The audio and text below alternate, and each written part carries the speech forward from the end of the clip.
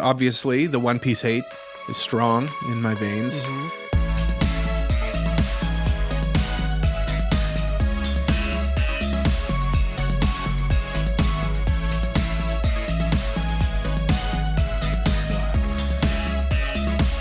Morning. Mark Crumbu Weebs. My name is Cold. His name is Mike. His name is Jay. We like anime, and this is episode 221 of AniPro, and this is the long-awaited review of the live-action One Piece. Did we like it? Did I like it? Did I watch it? Who knows? Find out in the second half of this episode. We're also... If people... Well, before you go, Cole, I just want to, if they're just new to the show, they don't know your many and lengthy rants about how much you hate One Piece. Yes. So it's very interesting that you made us review what you hate the most in its most interesting form of the live action. Truly, it's most interesting. Yeah. It's most interesting adaptation. I would also just like to remind the listeners that one of my New Year's resolutions this year was to continue to hate One Piece. That is true. Yes. That is true. So you're really testing your resolution. Am I continuing my resolution testing? Or have I changed? Have I grown as an individual? Or have I suppose we'll find out. That'd be a first. Or have I continued to live in my little circle of hate? Tiny little circle of hate. Just like a behelit on my shirt here, a little behelit. A behelit? What's a behelit? The thing from Berserk, the little like face. It's like a little circle oval thing with the faces. Yeah. Triggers the eclipse. Yeah. What else are we doing this episode, Cole? I don't know. Yeah, I don't know either. We're just kind of chatting. We have some things written down here. Looks like we're going to talk about games and old CG anime Transformers things, maybe. I don't know what's going on. I don't know what that is. We'll see. Yeah. If you're looking forward to the episode, leave a like, subscribe, all of that good stuff. It helps out the podcast. No matter what you do, I do just want to address the elephant in the room as well before we get into what's on our mind, because I think this is, as a nation, something that's on our mind. Congratulations to the United States of America for winning gold in hockey. I'm sure you guys will be very, very kind and polite winners about it. That is very topical from when this comes out, by the way. Very topical. It will always be topical. On March 1st. It will always be topical. It'll be topical for the next 4 years until we get that gold medal back. Don't worry. It'll be topical for about a week. And then it'll be topical for a few weeks before the next Olympics. So that's how it really works. Yeah. So we have short attention spans now. We're right on the edge. We're right on the edge here. This is coming out. Like I said, this just happened today. So just so the U.S. can check their ego, can we go into the into the files and see what's the ratio of gold medals between Canada and the U.S.? Oh, don't worry. We've still got them. And just so they can check their ego a little bit. They are catching up to us in total medal count, I think. But the only difference is that like we've got a lot of silvers, we got a lot of golds. Yeah. Well, you know what they say. Gold. I don't know. That's what people say. We'll enjoy our many gold medals and all of that, and our many Stanley Cups that we've won. Oh, we're really good at hockey, we swear. Well, I mean, how many players between all the teams that have won Stanley Cups are Canadian? Yes, you're right. I think 3,422. I think the majority of players in the NHL are still Canadian. So we've got, I mean, Jay, I like your positive attitude. I needed that. I like that. I like that. Good job, Jay. Yeah. Did I ever tell you guys that at my work we have like in my little cubicle area that we have like a board and we put up the letters P, V, and O. Do you know what they stand for? Positive. Vaginal ovulation. You nailed it. No, it's positive vibes only. And that's what we're in. And then when we're not very positive, it turns into please visit others. But usually it's positive vibes only. And that's what I kind of like. I like positive vibes, you know? I like the alternative though. Please visit others. Spread your negativity as far and wide as you possibly can. I like that. But Yeah, I feel like it's still pretty polite about it. You know, it's just like we're closed. We actually have a close sign we put on the cubicle too sometimes. And it's just like, we don't want you here. I like that. It's closed. I like that. Yeah. I wish I could. You don't have that option. I don't have that option. I guess I could tell my coworkers to be like, I'm in a bad mood. Don't talk to me. That's essentially what we're doing because we don't have the public at my work. It's a bit more passive aggressive, I'd say. Whereas if I just came out and said, "Don't talk to me," that is just forwardly aggressive. That's not passive aggressive. No. That's just aggressive. Yeah, that is unpassively aggressive. Anyway, Mike. People also don't like when you tell them, "Hey, if you bother me, I might snap at you," just as a heads up. Yeah. You know what's weird? You're kind of doing them a favor. You're kind of doing the nice thing, but it also kind of like, it just gives the wrong vibe. You come off as an asshole if you do that, right? Yeah. But it's like, hey, just so you know, I'm giving you a warning, but I'm still the asshole here in this situation. Yeah. I'm trying to make it so that I'm not mean to you, but you're like, hey, that's kind of messed up. That's a good observation, honestly. Yeah. Jay's full of wisdom today. He's full of wisdom. Wisdom, wit, and pluck. That's how I describe Jay today. Very plucky. It's a plucky episode. Mike, what's on your mind? What do you want to talk about? Hi. I was scrapping my mind because honestly, I've just been dealing with children stuff. But you know what? That's a broken record. She's sick again. You know, am I going to say this every week on the podcast? I have a kid. She's sick. I'm taking care of her. I can say that every week. Yeah, it is. It is that time of year. Yeah. I was watching a thing with a pediatrician, and they said, like an average in the first first year of life, kids get about 12 colds, and it usually lasts about a month each. So they're just sick. They're just sick. They're just sick. They're just sick is the answer. Well, and not sick, hey, that's sick, bro, but coughing, spewing mucus all over you. It's great. Honestly, I was about getting ready. I was just finishing up supper, getting ready to come and record with you guys with my nice new shirt here. And I gave my daughter a hug. I'm like, oh, yeah, nice. And then she gave my wife a hug and sneezed and just snot all over her shirt. I'm like, I'm sure glad that didn't happen to me, but yeah. All right. Because then you would have had to go tarps off for this episode, and that's the only option. The fans would have liked it. The fans would have liked it, but I think one day, you know what? For episode 300, I'll go tarps off for 1 minute. I'm gonna remember that. Yeah, I'm gonna tarps off for 1 minute. Yeah. Oh God, dang it. I'll do it. Sure. If we make it that far without killing each other, I think that deserves a tarps off moment. I think it's possible. Look, we're already a fifth of the way through the 200s. Oh. Yeah, maybe episode 400. No, I'm kidding. I won't back off my promises. I'm a man of character and pluck. Okay, we got it. It's in there. Yeah, episode 300. Jay wrote Magic Mike. Magic Mike for episode 300. How fitting. How apt. Yeah. I was about to write shirtless Mike, and then I was like, wait a minute. There's a prime opportunity here. Neurons were firing.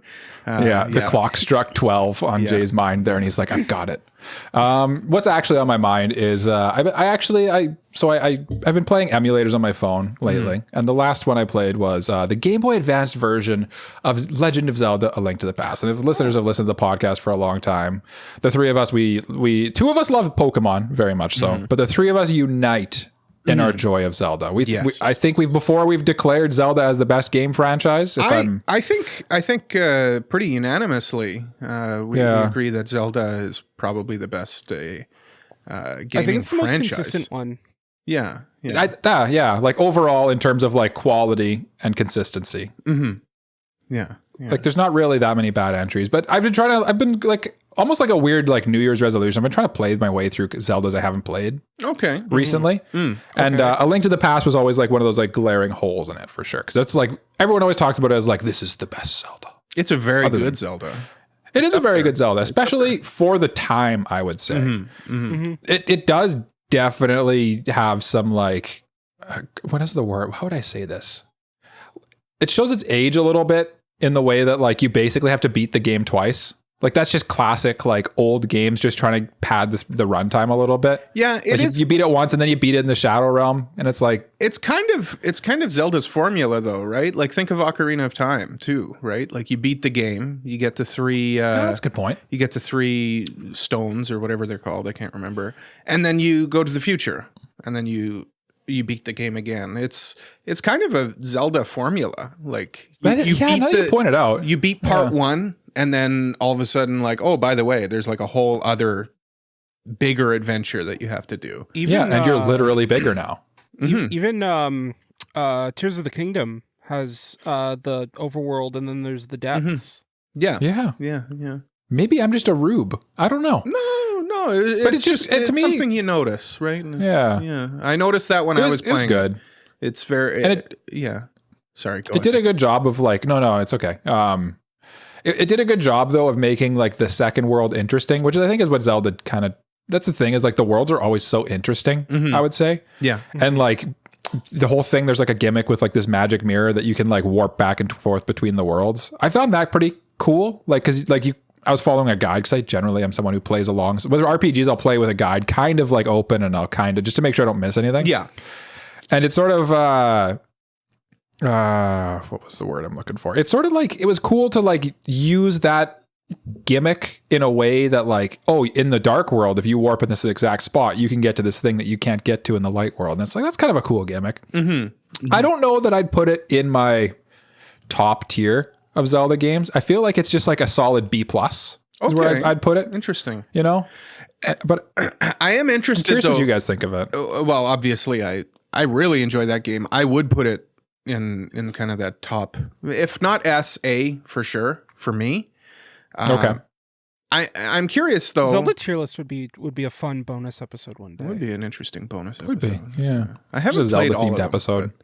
Yeah, that's the thing is I feel like there's too many holes in my knowledge there. I know a lot about Zelda though. Like I've watched so many reviews and everything that I'd be pretty confident in putting all of the mainline Zelda games anyway, not the Spirit tracks and whatnot. I don't care about those. But Spirit tracks is fine. I do care about those. It's like a C tier Zelda game. See, there you go. See, the tier list has already started. Yeah. Anyway, what I was going to say is you played it on the Game Boy Advanced version, which is interesting. I actually didn't even know that there was a Game Boy Advanced version. But I'm curious though, because it's a Super Nintendo game, obviously, with 4 face buttons. How do they get around that with the Game Boy Advanced? What does the I'm guessing maybe I honestly didn't even notice an issue with it, honestly. What do the X and Y buttons do? Well, there's like your main attack button, and there's your dash button, and then there'd be like your secondary attack. So that would be like your item. And then there's your items. Yeah. So I'm trying to remember what it did. The big thing I'll say about if I can be critical of A Link to the Past, which I think I can be, the item kind of management can be kind of frustrating. That was another part where it felt super dated. But again, Ocarina of Time does the same thing, right? Famously, the Water Temple, where you've got to put your iron boots on and off. You've got to pause the game and equip them. But like even the things like if you want to catch a fairy, for example, you got to like pause the game, equip your net, make sure you have an empty bottle, catch the fairy in the net, choose whether you want to use the fairy or not use the fairy. And it's like, why would I? That's the only thing I can do with the net. What else would I use it for? And thank God they got rid of the net going forward, because what a useless item. It did nothing. Just only caught fairies. You just use the bottle future Zelda games have the fishing rod, which is basically useless. Yeah, that's true. True, but honestly, like to catch I was literally looking up like what are some of the best fishing games, because I do like a fishing game for some reason. All right. You know? I was like, well, I wonder what some good fishing games for like the 3DS are, or DS or anything. And people were literally like, honestly, I've spent so much time fishing in Ocarina of Time. And I'm like, oh man, I remember fishing a ton in Ocarina of Time as a kid. So like fishing hole. Yeah. Right in the little, at the entrance of the Zora domain or whatever. Yeah. Good times. I remember very good times. I remember putting on the blue tunic and the iron boots and just walking into the fishing hole. That's what I remember.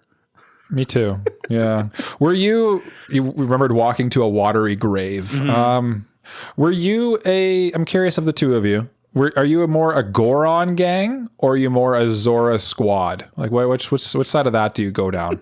Or maybe like a Gerudo, I already said gang. Gerudo Guild. Gerudo Guild. Jeez, Guild. Jay. God, Jay, so full of pluck. I like the Zora and the You would like the Zora. yeah, the furry accusations are not being helped at all by my selection. But I like the Zora. They're interesting. They're fun. They're usually more fun. I find the Goron can be kind of annoying. The Gerudo are cool too, but I don't know. They kind of have their. I feel like gimmick. the Gerudo are just like kind of like just sort of people, but they sort of like do also have their own little niche. I guess you could throw the Sky people from Breath of the Wild in this too. Yeah, the Rito. Oh yeah, the Or Rito. what about What about the you, Deku Jay? Scrubs? Nah. Sure, let's include. There's not really. There's not. I mean, we can include them, but no one's Well, I picking mean, the yeah. Dekus. No. There's a Deku Scrub mask in Majora's Mask. You can play as one. Yeah. That's probably as just a quick aside before you answer, Jay. That's probably the next Zelda I'm going to play. My I next haven't hole played- in the Zelda I franchise haven't is played that Majora's one. Mask. It's Yeah. probably a good idea. I'm gonna say a very hot take here. I don't like Majora's Mask. I think a lot of people don't, honestly. A lot of people I've do. tried playing it before. A lot of people do. A lot of people really commonly like it. the favorite Zelda game. I think it is probably a love it or hate it kind of game. I think A lot It's of unique in the Zelda franchise too, right? yeah. It yeah. runs on a day and night cycle, which not a lot or none of the other Zelda games do because the entire game is on a time limit. Mm-hmm. Yeah. Yeah. But you can reset the timer like literally whenever you want. So Yeah. like Yeah. there's no danger really, but you still have to it requires more time management than any other Zelda game. It's definitely the game where like the creative muscles were flexed, I'd say. For Like the time especially. They went like, let's just be weird and creepy and let's do this really unique gimmick and let's add aliens in here for some reason. Let's add ghosts and just be super like sad if you dig into it quite a bit. Yeah, it's an interesting game. I will say Yeah. I feel like Majora's Mask is a great Halloween game to play. Oh, for sure. That's a good take. That's a good take for sure. Yeah. would be. Just like with how creepy it is, the music has such a creepy vibe. Majora in general is just like Yeah. so Halloweeny and creepy. But to answer your question from earlier, Zora, I like the Zoras. You get the ability to swim faster in Majora's Mask, and also when you whip out the musical instrument because they all have different instruments. his Zora has a guitar. Yeah, that's right. Yeah. That's true. Yeah. Zora's a good answer. I am Goron gang, but I am also big stupid idiot. So that kind of makes sense because the Gorons are big stupid idiots. It does make sense. And I mean, like in the new Zelda games, like who doesn't like Prince Sidon, right? He's a charming gentleman. He's fun. Yeah. They're fun. Okay. They're a fun group. They're fun. The Goron, they're all good. I feel like the races in Zelda are all really good, to be honest with you. None of us said Garuda because I think honestly the Garuda are just basically like a subculture of people. So it's not. I feel like they're not different enough. Well, I mean, I it's don't know. interesting that they're all female and like that they're basically Amazons. Well, I mean, Ganon's a Gerudo. Except for Ganon's a Ganondorf. Gerudo. Yeah. Except for Ganondorf. Yeah. Yeah. In that one game.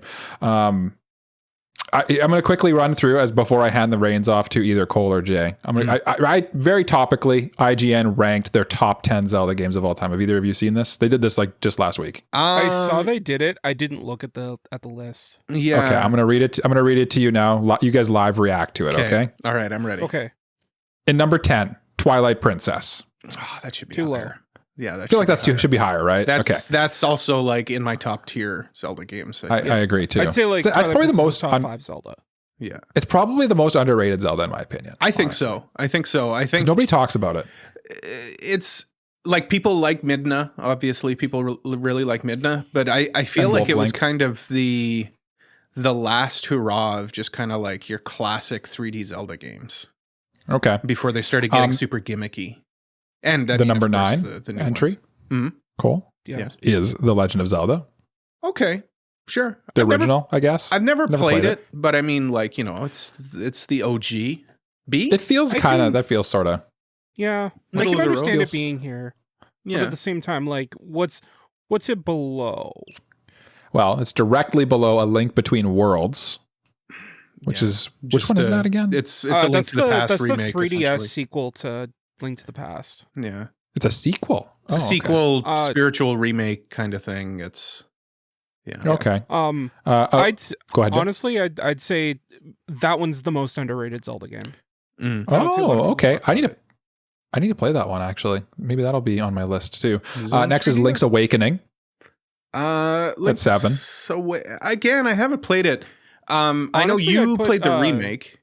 The remake's really good. I'd put Link Between Worlds and also Twilight Princess above Link's Awakening, honestly. Yeah. I would. Okay. Probably. I probably would too. Yeah. I've never played Link Between the Worlds, but yeah. 6, Jay, this is going to make you upset. The Wind Waker. That one should be 6 places above where it currently is. I will agree with Jay. It should certainly be higher than that. Yeah. Yeah. I'd say it's not my favorite Zelda game, but like I feel like that's probably like in the top tier. I feel like that's got to be top 3, really.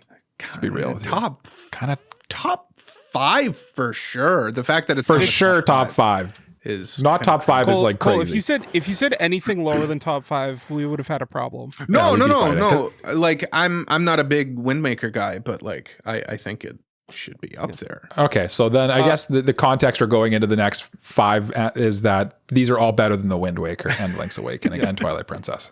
Okay, number 5 is the Majora's Mask. No. Top 5, like I'd probably say Majora's Mask could probably be like A tier. Feels a little high. Yeah. Feels a little high. Yeah. I feel like that's a crazy thing to say though, because I feel like a lot of people who like Zelda will be in, or if they're watching this, will be in comments being like, "No, Majora's Mask's like one of the best games ever." And no, it's well, no, like I think it's. Stay tuned for my review. I think it's a top tier Zelda game, but I think like to put it above like Twilight Princess and Wind Waker. Wind Waker. Yeah. A Link Between the Worlds, which is I don't know. Anyway, 4, Ocarina of Time. 4 doesn't belong above Wind Waker. Sorry. It belongs. Honestly, probably 1. No, it probably does 1 not. For me. To be real, No, I'd say top 3. It's got to be top 3. I will absolutely say Ocarina of Time is probably top 3, maybe number 4, but like not above Wind Waker.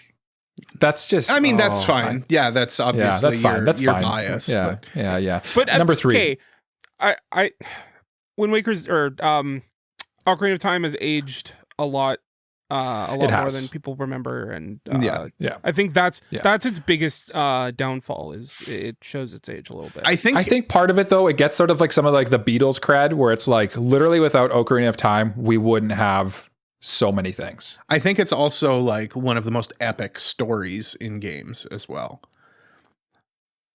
The whole yes, but I feel like it's been done better since. Maybe. What about number 3, A Link to the Past? Not better than Waker. I feel like that should be again. I feel like just copy my response and paste it every time. I feel like I think we get it. Yeah. What was that? Number 3? Number 3. I feel like that's appropriate. I feel like I'd probably put it in third place. I don't hate it there. I'd probably just put it below the Majora's Mask and Ocarina of Time personally. Okay. And Wind Waker also. Maybe Majora's Mask would be below Link to the Past. I don't know. I'd swap Ocarina of Time and Link to the Past probably. Okay. And then just to speed things up, because they're kind of similar games in my mind, Breath of the Wild and then Tears of the Kingdom are 2 and 1. Sure. I mean, I'm a big supporter of those new games. Like, I really enjoy them. I know you guys aren't. Like, you guys enjoy them, but you're not the biggest fans. Yeah. I mean, to have them... I feel like that's high, honestly. To have them 1 and 2, like, that feels... You pick one or the other. It's that's what I was going to say. game. Like, they kind of feel like they should be in the same position together, because they're kind of the same. Like, they belong hand in hand. Yeah. That's how I feel. But that's enough. I've taken up enough time with this list. Since we've engaged so many clicks by debating this list. Go ahead, Cole. You have something to say before I'll throw it to you. I was just going to say, like, my number 1 Zelda game is Tears of the Kingdom. So I'll agree with that. But I just, like, number 2. It feels greasy. It feels greasy having them be 1 and 2. Yeah. I don't know. Yeah. It does. Well, we should do our own personal, like, top 10s. I'm surprised we haven't, honestly, to be honest. To be real with you. Be interesting. Yeah. Well, that's enough of that. Simply too much of that, even. Without further ado, Jay, what's on your mind? Yeah. So yesterday I went to a board game meeting event and played Slay the Spire with a couple of people, and that was a lot of fun. Have either of you guys played? Cole hasn't played it. He doesn't play board games. Have either of you guys played Slay the Spire? In other words, no, I have not played Slay the Spire, and Cole has not played Slay the Spire. Yeah, sure. I have not played Slay the Spire. Yeah. It's a deck builder, right? Yeah, essentially. Yeah. You're basically like running a gauntlet up a tower to beat a boss and collecting cards and different equipment as you do it. And like every game is different because you play as a different character. You get different abilities and skills and attacks and things like that. And it's just a lot of fun because it's basically the video game in a board game format. Mm-hmm. Highly recommended if you like stuff like any roguelike game or stuff like that. It's really, really fun. Mm-hmm. Is it similar to like Snakes and Ladders? That's a board game I'm familiar with. I think it's in the way that it's on a board than Snakes and Ladders, but there is there is a point where you roll a die. Okay. So it's just like Snakes and Ladders. It's basically Monopoly. Essentially, yeah. In the sense where in both games you roll a die, yeah, they're exactly the same. Oh, it's the same thing. Yeah, it's like D&D. Yeah. The classic RPG. Honestly, like it's probably a lot more like D&D than I care to admit. Yeah. It's one that I keep getting it recommended on my like Steam. It goes on sale frequently on Steam, the digital version of it, and I've kind of wanted to like play it because it's caught my eye multiple times. So I'm curious. I'd like to play it with you one time, Jay, and learn my feelings for slaying this Spire. Mm-hmm. Yeah, it's a lot of fun. What did the Spire? So you played with Zero's producer son? I did. I played it with him and then a couple of other people that we met there. Mm-hmm. So what did the Spire do to deserve this slaying? I don't know the lore behind it really. I was just told, "Hey, we're playing Slay the Spire. Here's how play." Here's what you gotta do. You have to slay. Jay's brain Spire. immediately went to, "How can I min-max this game right now? I need to observe and learn it instantly." Mm-hmm. How do I speed run run Slay the Spire? Did you win? Yeah. We beat Act 1 and then I had to leave. So it's There's like multiple acts. It's like a group activity. Yeah, it's a co-op thing. Against each other. Thing. Oh, it's a co-op game. Oh, I feel like Cole's more into a co-op game. We might be able to convince him, Jay. You know what? The thing is with board games, I'm going to give you guys a little secret about board games. Cole actually likes board games. Force me to play it because I generally have a good time. It's the whole thought of it. Also, if it's a trivia game, I'm in. I'm in, baby. But that's just me. That's just me. I saw a board game recently that I want to buy because I'm very interested in the series, but have no prior knowledge of it, and that's Mistborn. There's a Mistborn board game that I'm super interested in. But yeah, know nothing about it. Know nothing about the book series either. But I own the trilogy. I haven't gotten around to reading it yet. I just downloaded the audiobooks. I just on my Audible, actually. I'm curious. I'm going to check that one out. I've been trying to get more into the Brandon Sanderson. We should do a review of Mistborn. If we're Brando both, Sando, as a coworker of mine, refers to them. Yeah. That'd be cool. Yeah. That's a lot of work, though. That's like many, many hours put into a review. Yeah. More hours than we usually do. Yeah. Well, this week felt like it. But... I mean, it was literally like 8 hours. It was 8 hours. It was literally hours. I was thinking of it like while I was watching. I'm like, this is like watching a 2-core anime. I think it's about the right same amount of time. Yeah. It's so weird that Cole would recommend it. Didn't feel as long as a 2-core anime though for me, honestly. But we'll talk about that when we get to it. Oh, we'll talk about it. We'll talk about it. Yeah. Well. But Cole, I see here you've got something going on your mind. Something beastly, kind of in fact. Yes. Yeah. I don't know why. I felt nostalgic this weekend. So I started watching Beast Wars. It's on Amazon. I didn't even know about it. Famously animated by a Canadian studio. Same studio that did Reboot. If anyone remembers Reboot. I know Reboot. Yeah, Transformers is interesting because like it's got quite a bit of lore there if you want to dig into it. I as a child never realized like its connection to like the OG Transformers cartoon from the 80s, but this is essentially a direct sequel to that series. I always thought like, oh, these are like reimaginations, like, you know, it's got Megatron, it's got Optimus Primal, but they're like descendants of the original Transformers, which is interesting to dig into now. It's neat that like these older cartoons had like quite a bit of lore to them, and even as an adult now, you kind of it's got some meat there if you want to dig your teeth. You can like go back and look into it if you care. Doesn't really matter. Yeah, but it's there if you want to, and all of the references to like old Transformers. Like basically, what I've been doing is I'm not watching them in order. I'm kind of just watching like. I'm essentially creating my own greatest hits of Transformers. So like I'm going and I'm watching like the episode where they go transmetal. It's like, oh, right. There's like this whole like alien sub arc. And before that all happens, it's never really said like what planet they're on. And it's finally confirmed like, no, they're on Earth. They're on Earth. But it's like they went through time and they're like in the past and they find the ship that the original Transformers came on. So like they go in the ship and there's like Optimus Prime is in there, like G1 Megatron is in there. It's crazy. That's a crazy twist. What? It's super cool. So like the Predacons are like trying to like basically delete the history of the Autobots winning. By like destroying. That's such a cool. Okay, that's really cool. I'm not a huge Transformers guy. Stasis. It's cool. It's very cool, and also like it's just nostalgic for me because like you know I collected the Beast Wars figures and stuff.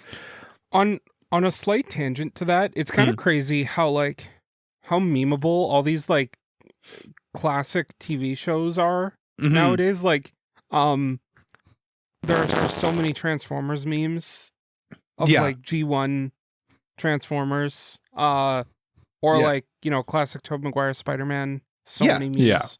Yeah. Well, it's because millennials love our memes, you know? Yeah. I think there's something to like, I feel like everything now, a lot of the new properties try to like keep everything so polished and clean that like they don't it makes it so it's hard to meme it, you know? Whereas back in that, like not that long ago, you could just like make something as just a pure passion project. And sure, it was a little quirky and weird, but that like leads to the fun and memes of it all. Yeah. And like, it kind of gives it this enduring legacy. Like the Star Wars prequels, for example, they're weird, they're quirky, they're kind of dumb, but like they're like infinitely memeable. Because like it's so iconic and memorable for its like and I just weird wackiness. I just want to go off on a tangent a little bit too. Like they swung tangent. They swung for the fences back then, you know? Like they weren't afraid to like make weird stuff. Like George Lucas was like, I'm making my weird political drama set in the Star Wars universe. Hasbro was like, we are making, because remember Transformers were cars. No, we're gonna make Transformers into animals, and we're gonna make it CG before like CG was a thing, right? Like remember, everybody thinks about like Toy Story. Toy Story came out, revolutionized CG animation. Reboot came out a year before that. A fully 100% CG animated television show came out, and that's what led to Beast Wars as well. That's why Hasbro was like, let's go for it. And they weren't afraid to do that at the time. And now it's kind of become like this beloved thing for like people my age. And again, they weren't afraid to like not dumb it down either. You know, we're going to make this a sequel to Transformers, even though Transformers came out 10 years before. Yeah. Right? Yeah. And it's cool. It's cool. I appreciate that. As opposed to now where it's sequels and remakes and reimaginations of stuff. We're just not seeing things swing. It was before the in-shitification of Hollywood. Mm-hmm. Mm-hmm. Yeah. Mm-hmm. Yeah. Yeah. I miss swinging for the fences, you know? Yeah. Do something cool. Don't just do what sells. Mm-hmm. Yeah, that's part of it too. And I feel like it's easy to cherry pick stuff from the past, but like, don't forget, like, there's a lot of trash. There's lots of slop back then too. But it's what holds up, right? It's what we go back and we revisit. What filters through the gold nuggets that come to the top of the pan, right? But those were the things that swung. Those were the swingers. You know, I miss swingers. You miss the swinging old days, eh? I miss the swinging old days where people were just swinging and flinging, and flopping and dropping. Ooh. What's going on in your? I don't know. What happened in your past? I don't know. What happened in Japan? Came back a different guy. I have changed. Do you guys want to do a real quick mailbag before we go to the break? Yeah, it's been a while since we've had a mailbag. It's been a while. Dust it off. Yeah. Yeah. It's time for the mailbag. Real simple one. It's mailbag time. If you got a mailbag question, you can send it to us over to our website, anipropod.com/mailbag, or our Discord. This one is from the website, from somebody named Dummy Thick Luigi. Dummy Thick Luigi. Thank you for your question. Thank you for your question. You truly are dummy thick. Very simple question this time, guys. Very quick one. Kirby has inhaled you. What ability did he get? Michael. Oh, I get to go first. Yes. Thank you. He gets the ability to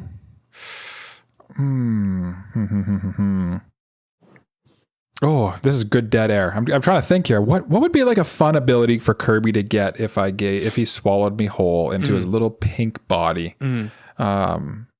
I got a very couple. Interestingly. I got a couple. Do you? Do you got one? Yeah. Okay, go. You go. I got a couple here. So obviously right now, Kirby would be suffering from jet lag, which is unfortunate for him. So like when you're playing him, you'd press a button and there'd be like a 1 second lag before he jumped or something. Be like a 12-hour lag before 12 hour. It'd be like when they send commands to like the Mars rover and it takes like 8 minutes for the command to actually reach the rover. Yeah. So you've got to like really like plan out what you're going to do. Yeah. They should do a game like that. I guess they kind of do. Whatever. No. That's the general one. Kirby would have similar.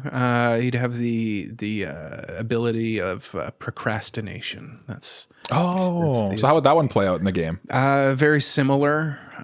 You're not allowed to input anything until the very last second possible.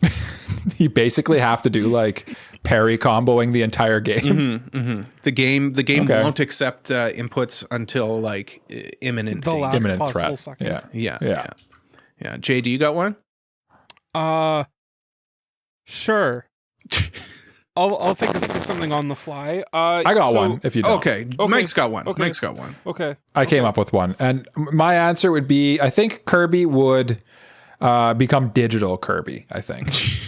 Because I feel like I spend a lot of my time like navigating computers for people or myself. Like I do a lot of weird tech stuff. You're the guy. So I feel like, I'm the tech guy. I feel like my Kirby, he'd swallow me and he'd like turn into like glitch Kirby or something, and he'd like go into like, it'd be like Matrix Kirby. Okay. He'd go into like the game's source code and like start inhaling bugs or something. I don't know. Okay. Like insects? I don't know. Sure. Yeah. Sure. Yeah. Okay. Yeah. You ever hear the story about how like in the reason it's called bugs in a computer is because like literally with the old computers it was literally bugs? I think you said that on the podcast before. Yeah, I think I said that before too. It's one of my favorite little facts to drop. Yeah. Jay, did that help you think of anything? No, I'm still thinking on the fly. Kirby is going to inhale me and become plan ahead, Kirby. There we go. The Kirby that bosses and all enemies telegraph their attacks a lot more vividly than in regular Kirby. So you can see like after images, I guess that's technically before, but before they actually do their thing. So you can move out of the way or plan ahead. Okay. Better. Okay. So the opposite of mine. Yes. Yeah. So what we're learning is, Jay and Cole are opposites in this regard. Interesting. Very interesting. Kirby will move before you press the button. Well, you're just watching the controller, you're like, what? Gentlemen, I think it's about time for a break. But before the break, it's well past time. Yeah, before the break, though, AniPro has to ask you a question. And this week's edition of AniPro Asks.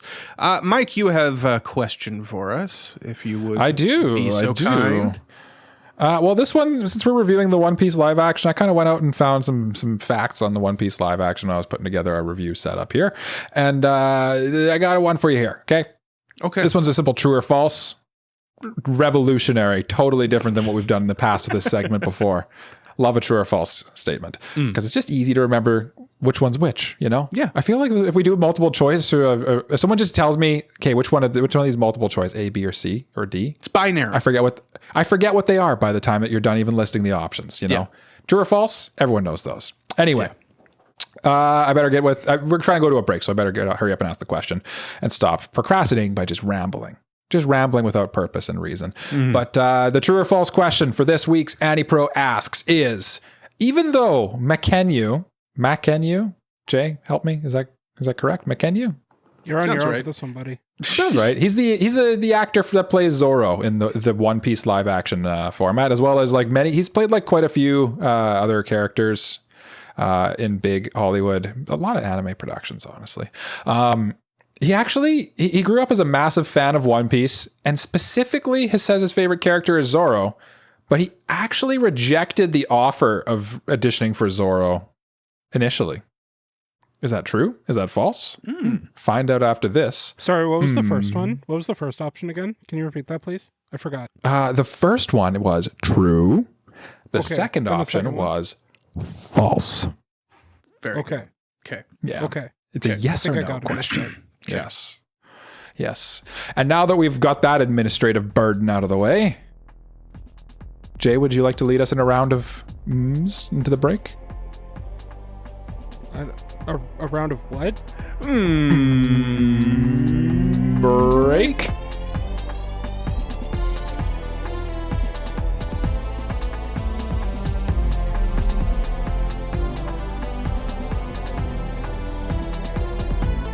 So I literally just got back from Japan, and I'm not gonna lie, I already miss it. The convenience stores, the seasonal snacks. Oh, send me back. Right now, please send me back. Anyway, and that's actually why I'm really excited about today's sponsors, Tokyo Treat and Sakura Co., because their whole mission is to let you experience Japan from the comfort of your own home through their monthly snack boxes. If you've ever walked through a convenience store in Japan and seen shelves full of limited edition Kit Kats, seasonal chips, and snacks you've never seen before, that's basically what Tokyo Treat delivers to your door every month. Tokyo Treat is a fun monthly Japanese snack box packed with limited edition sweets, Kit Kats, chips, noodles, and Japan-only treats that you can't find outside of Japan. And since it's spring right now everywhere but this winter hellscape I live in, this month's theme is a Sakura Spring Snack Fest, which is all about cherry blossom season. This month captures that perfectly with Sakura Kit Kats, cherry blossom cookies, and cherry mochi bites. It's full of spring energy.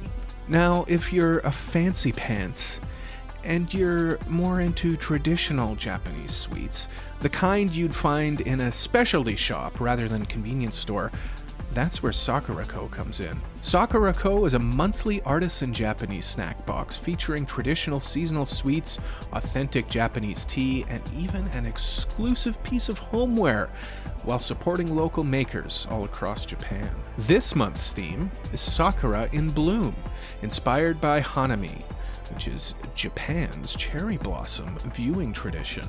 And if you've ever sat under cherry blossoms with snacks and tea, you know how peaceful that whole experience is.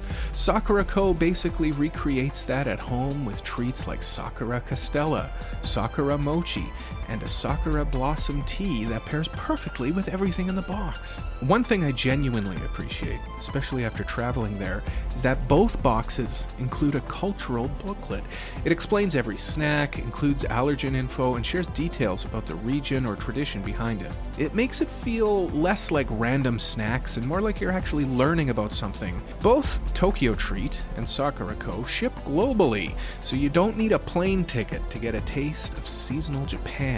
Now, whether you've been thinking about going to Japan, just got back like me and want to relive it, or you're just an anime fan who loves trying Japan-exclusive snacks, this is such a fun way to bring back a little bit of that experience home. Now make your spring extra fun with Tokyo Treat and Sakura Co.'s Sakura Snacks and Teas from Japan. Check the links in the description and use our code AniPro to get $5 off your first box. That's ANIPRO to get $5 off your first box. Huge thanks to Sakura Co. and Tokyo Treat for sponsoring this episode, and honestly, this is a pretty good way of coping with my post-Japan depression. Let's get back to the episode. I think we're reviewing One Piece or something. I don't know.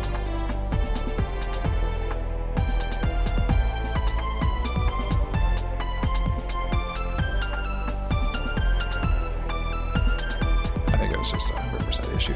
But I think it's really important that we found our center. It's been a while since Cole's found his center. It has been a while. And we're back on the podcast. Mm-hmm. And together we will persevere and become stronger and overthrow the world government. Oh wait, that's something else. That's something else entirely. Yeah. Welcome back. It's the AniPro podcast. And then before we went to a break, okay? We went to a break. We know it.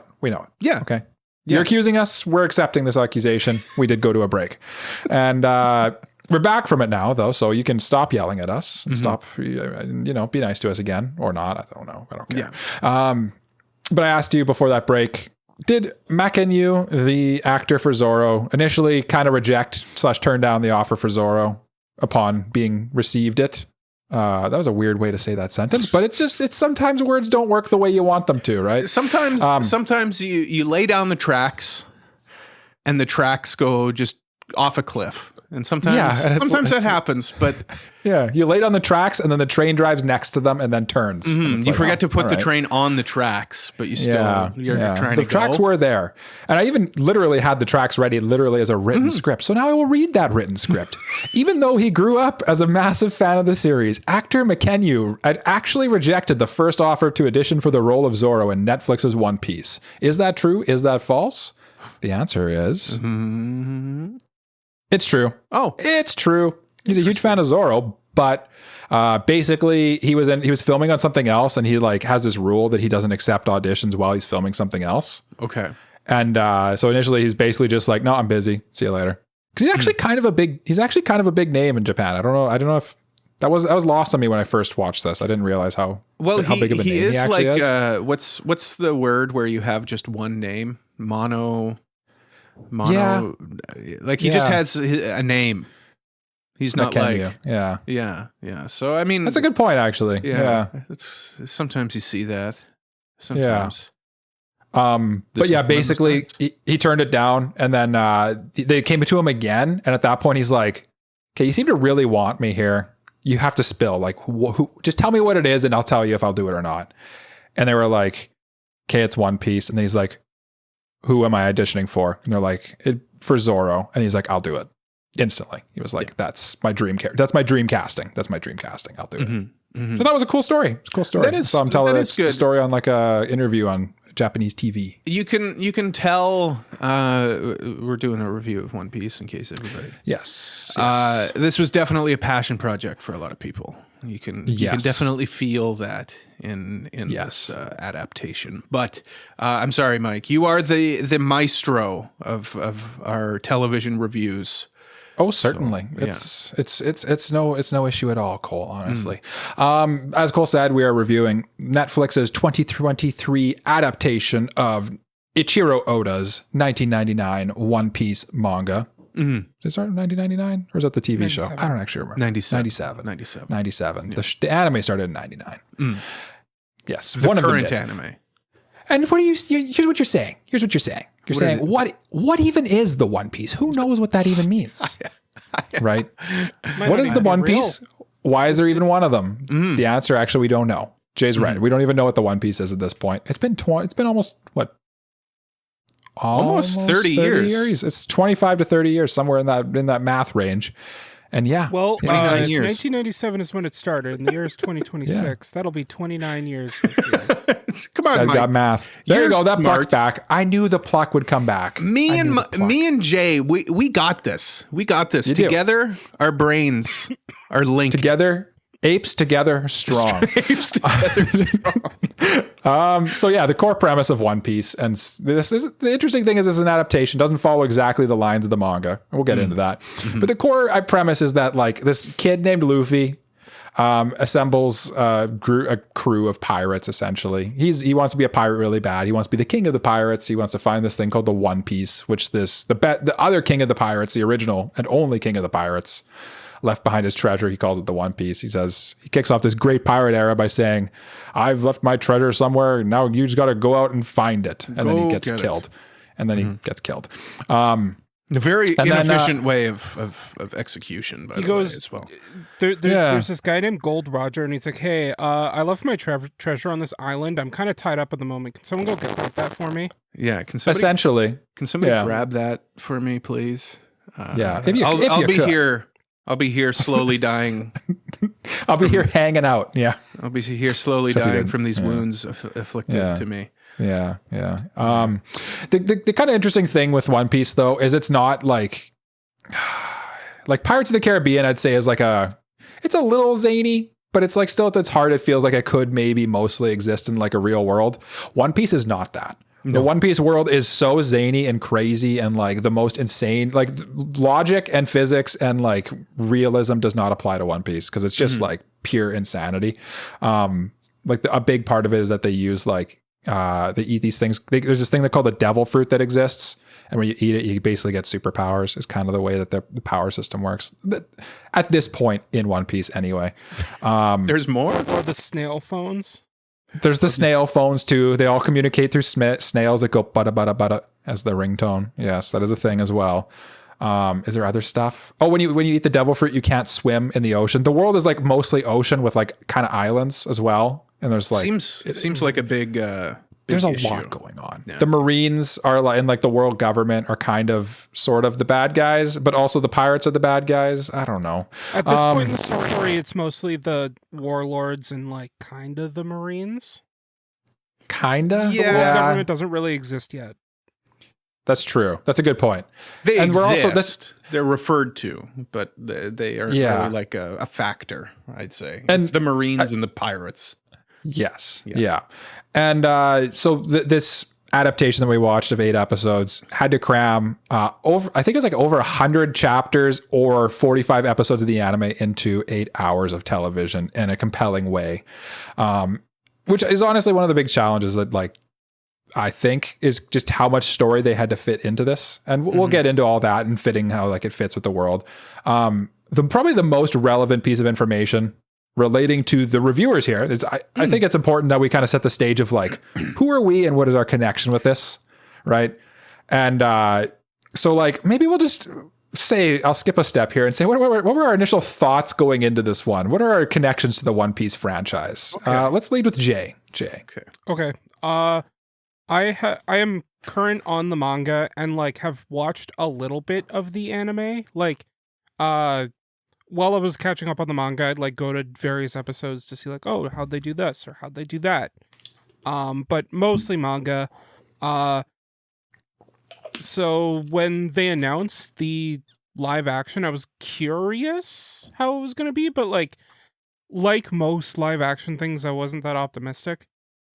Just because, like, most of the time, if you do a live action adaptation from a Western live action adaptation of a of an anime, it doesn't really go over well. Yeah. In fact, like lots of people said this like broke the curse because it did quite well in terms of numbers of people watching it. So, and I mean, we'll discuss if it's good or not, but I think the overall consensus, I mean, like most people enjoyed it, I think. Yeah, right? I think so too. That's not not like saying anything something on IMDb. Yeah, that's not saying anything about the three of us. Like, of course, we still have to review it and decide whether or not we liked it. I haven't made my mind up yet. We'll find out by the end of this how Cole feels about One Piece. My personal take on One Piece is I'm almost current on the anime, almost like I'm 20 episodes behind or something, and I've read like a few chapters of the manga. I'm like literally like me and Jay, if we were put together, we've completed One Piece essentially, and then some. Now, Cole, what's your connection to One Piece? Well, what was your thought going into this, though? Oh, my thought going into it the full disclosure here is this is my second watch of this One Piece live action. I'm the only one on the podcast I think that's watched this before. Pretty sure of that.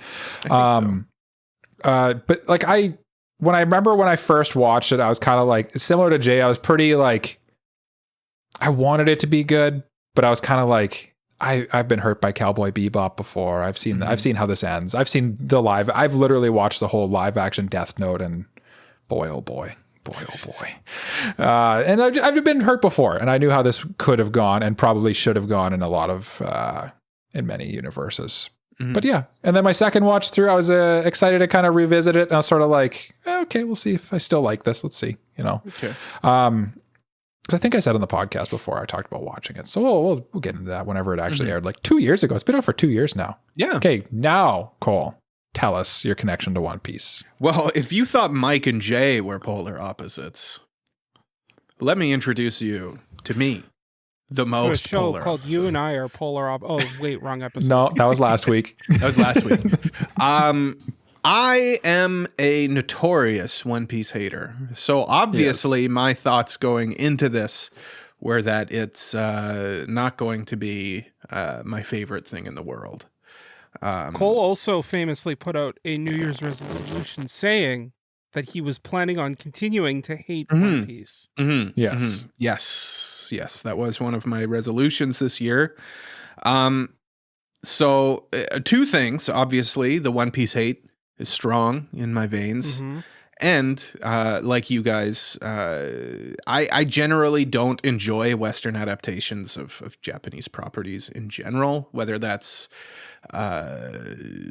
live action adaptations or cover songs. I've been known to go off on. I'll agree with you on that one. Honestly, I find that they do because they don't hit. They either go for the spirit or they go for the like literal translation, and it just more often than not it doesn't work. I'll agree with that. Yeah. So I wasn't expecting to have a good time with this, but we shall see. And frankly, I think you suggested it for the review mostly to dunk on One Piece. Well, I mean, partially. Like I thought it would be interesting, whether people have watched it or not, to kind of get a true outsider's perspective of the One Piece live action adaptation. And of course, also, the sequel is coming out next week, basically. So I figured it was timely as well. Yeah. And we'll find out I think the very last question I have written in the doc here is Cole tempted to watch or check out the anime or manga now? And I'm really curious about the answer to that question, but we'll get to that. Yes. Some other cool info about this little project here. As Cole said, it is like clearly, I feel like it's not a stretch to say it's a passion project. It's pretty clearly a passion project by almost everyone involved. And like, that includes the creator. Cause like he basically had he had final say on everything. And he had like in the contract, he had it written that it would not air until he was happy with it, essentially. Right. And it ended up with like multiple retakes of various scenes and stuff. I just thought it was cool to see like, he's so involved in it that to the point where like they basically bowed down to Oda and said, this is your legacy. We're going to do it your way. Which I think in a situation like this, like sometimes that doesn't work. Yes, I agree. Sometimes you kind of need a bit of pushback. But in a situation like with a manga where it is truly like one person's vision, I can give a pass in this case if he's very hands-on. It's also like a manga is basically he wrote the storyboard for a show. Right. Yeah. Right? Yeah. Whereas and then the novel, it's like, well, you wrote the story, but that doesn't necessarily translate one-to-one to TV. Right, exactly. Yeah. Yeah. Because it's not a visual medium, right? Whereas a manga kind of is a visual medium, right? I mean, a manga at its heart is really just a storyboard. Like if you really wanted to dumb it down to its simplest concept. Yeah.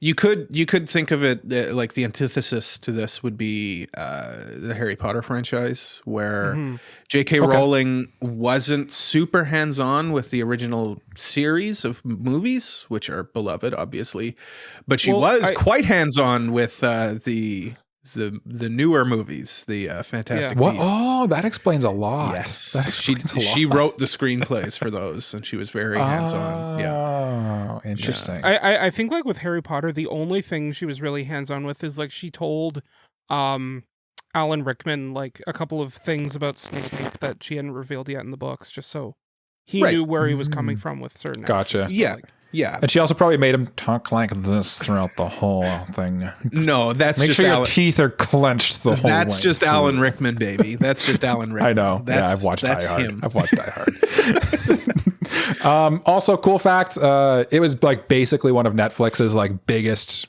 production things at the time, which is why people kind of got a little hyped about it, because it was like, oh, they're really putting some money into it, including building, like deciding like, oh no, we need like practical effects for like the scenes on the ship and stuff, because they were like they literally built ships, 2 ships for this show, and like multiple sets and stuff. So. Yeah, I'll start with some praise. The sets in this are great.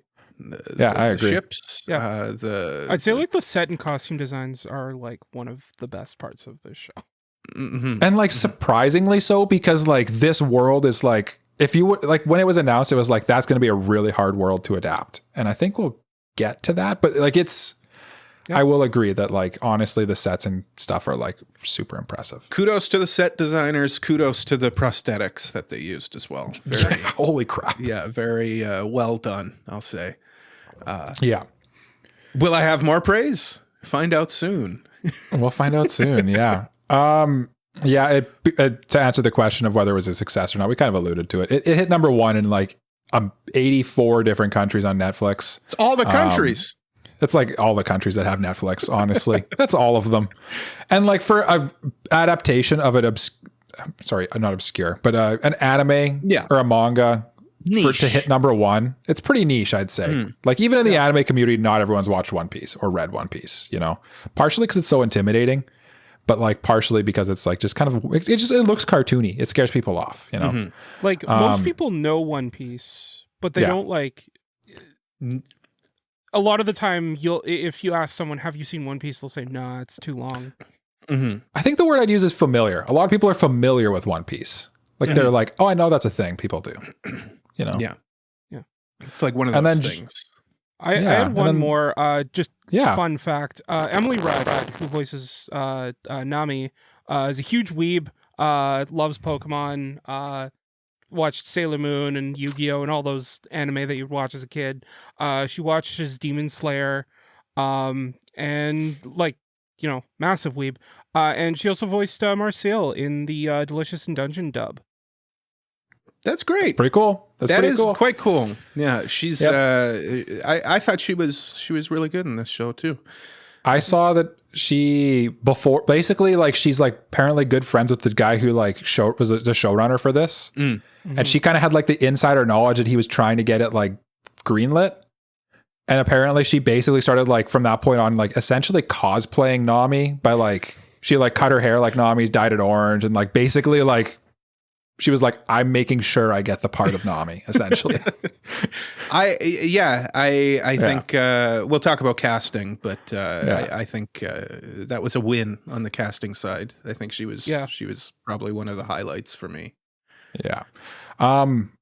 At that point, I guess do you guys have anything you could possibly compare the world of One Piece presented in the live action format to? Is there anything you can compare it to? I can think of one that was kind of an oddball one. Okay. But I'll start while you guys, Jay looks deep in thought. I have the one that came, but it's kind of, yeah. Anyway, keep going. Okay. The one that came to me as I was watching it, I was just had this weird thought, and I was like, this just reminds me of Star Wars for some, like, in a weird way. And I said that to Shazana, and she was like, what? How? And that's fair, right? Mm-hmm. I feel like that's the first response. But then let me pitch it to you, okay? It is a weird world that, like, honestly kind of doesn't follow the rules of like regular worlds. Mm-hmm.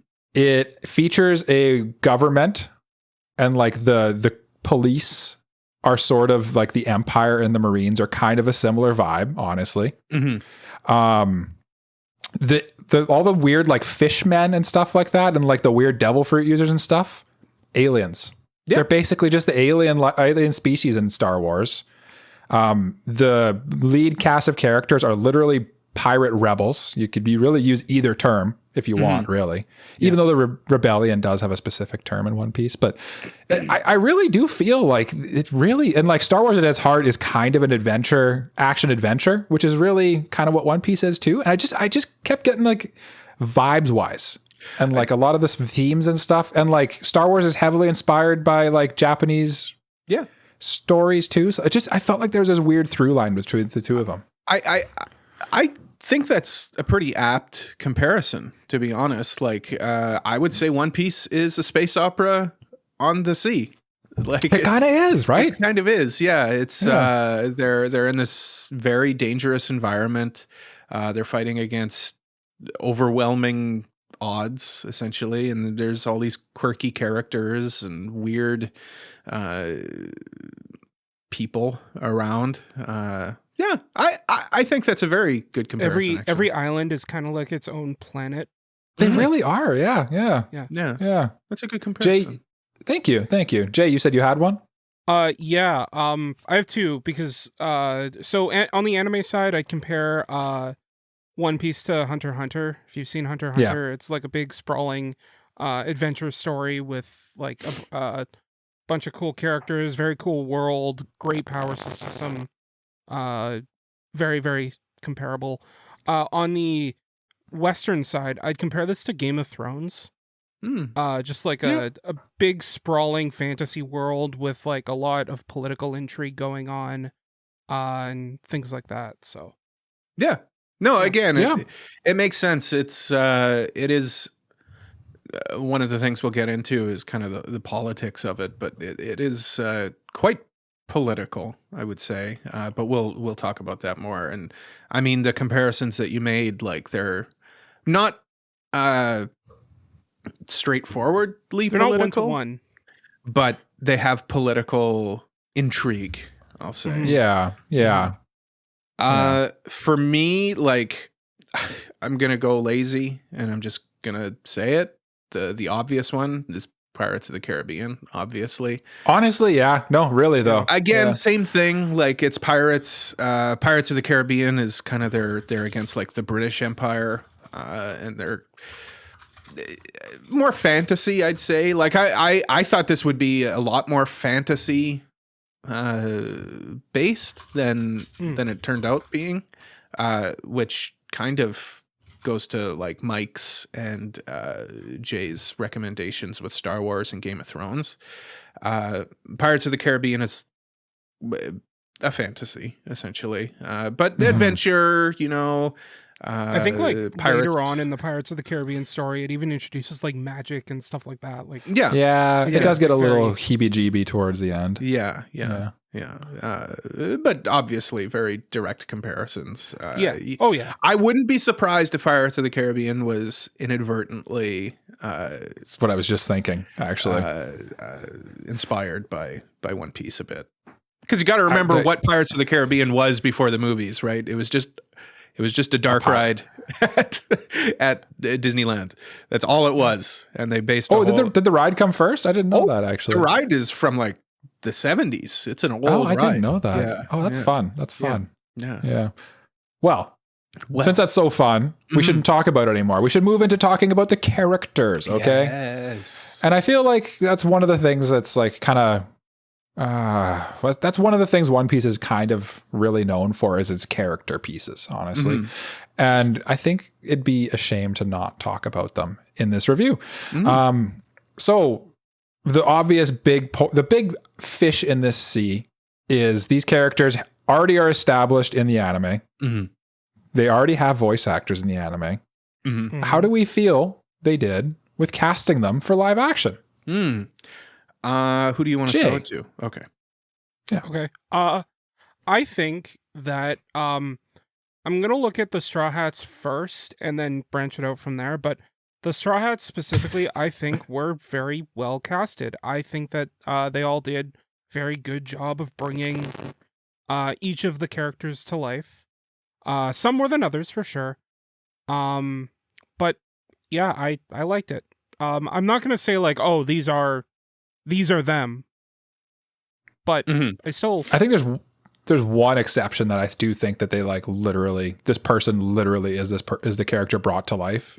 And that's the guy that got to play Luffy, Inaki. I genuinely like when you like I watched a Mother's Basement video on it, and it was like literally he took it was a clip from Inaki Godoy's like Instagram story where he's like talking about like learning to sail as part of his journey to become Luffy or whatever. And then he literally like just like started playing clips of like Luffy on the ship talking like from the anime from like 1999, and it just like it was like he just feels like Luffy, like he just embodies Luffy in his body and spirit. So yeah, I agree with you, Jay. I think it's honestly like phenomenally casted the whole way through. And there's actually like one character specifically that I think kind of like maybe surpasses their anime counterpart, honestly. And I'm curious what you guys think of that. Well, Jay said he wanted to start with in terms of like the wider net of characters. I still think that they were well casted. I think that like for the most part, like it was very cool seeing these characters and being like, oh, and immediately being able to recognize who they are.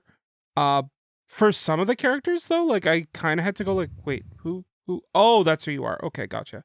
But yeah, for the most part, just like from the casting itself and also the costume design, just being able to immediately pick up on them was yeah. So just out of curiosity, like who were some of the characters that like you didn't like that you had that more negative reaction to?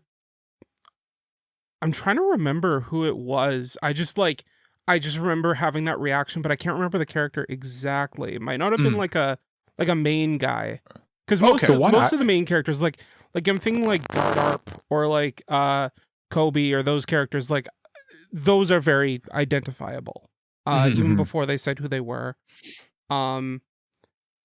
And I can think of one that I had that reaction to, Jay, where I was kind of like, oh, that's who that is.